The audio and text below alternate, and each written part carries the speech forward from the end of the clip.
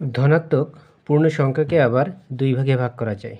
একটা হচ্ছে মৌলিক সংখ্যা এবং আরেকটি হচ্ছে যৌগিক সংখ্যা। মৌলিক সংখ্যা কাকে বলে?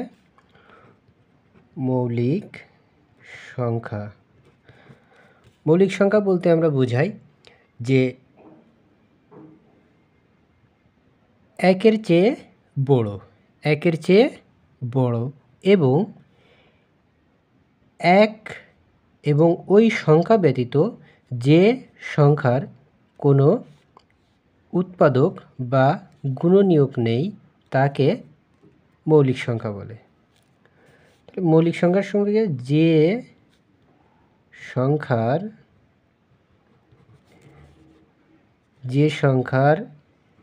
এক এবং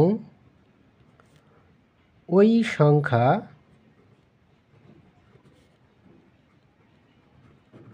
ব্যতীত আর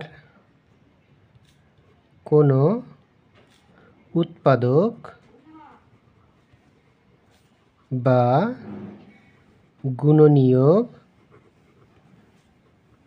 নেই তাকে মৌলিক সংখ্যা বলে। মনে রাখতে হবে এই ক্ষেত্রে সংখ্যাটি অবশ্যই একের থেকে বড় হতে হবে। যেমন 2 একটি মৌলিক সংখ্যা। 2কে আমরা যদি ভাঙি সেই ক্ষেত্রে পাবো হচ্ছে 2 গুণিতক 1। 2 এককে 2, অর্থাৎ 2 এবং 1 ভিন্ন, এর আর কোনো উৎপাদক বা গুণনীয়ক নেই। আবার 3 এককে 3, অর্থাৎ 3 এবং 1 ছাড়া এর আর কোনো উৎপাদক নাই বা গুণনীয়ক নাই, সেজন্য এটি একটি মৌলিক সংখ্যা। আবার 5-এর ক্ষেত্রে 5 এবং 1 ছাড়া এর আর কোনো উৎপাদক নেই, সুতরাং এটি একটি মৌলিক সংখ্যা। এক্ষেত্রে উল্লেখ্য যে 1 মৌলিক বা যৌগিক সংখ্যা নয়, কারণ 1কে যদি আমরা ভাঙি তবে তো শুধু 1ই পাবো, 1 এককে 1, অর্থাৎ এর উৎপাদক মাত্র একটি।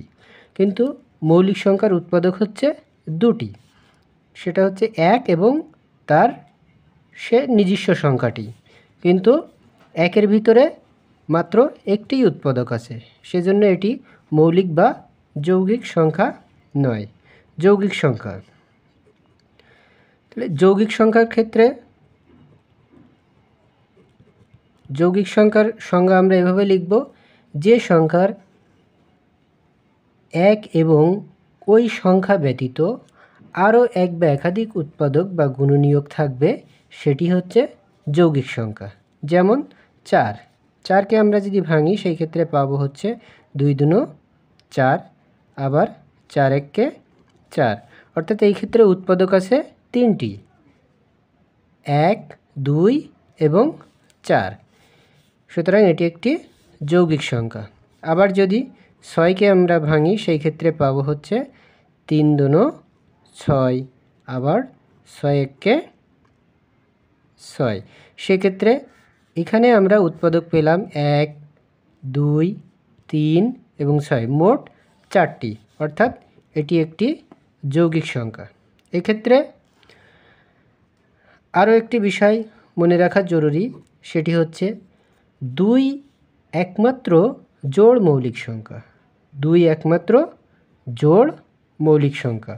2 ছাড়া আর যতগুলো মৌলিক সংখ্যা আছে সবগুলোই হচ্ছে বিজোড়। আশা করি মৌলিক সংখ্যা এবং যৌগিক সংখ্যা নিয়ে তোমাদের আর কোনো সমস্যা থাকবে না।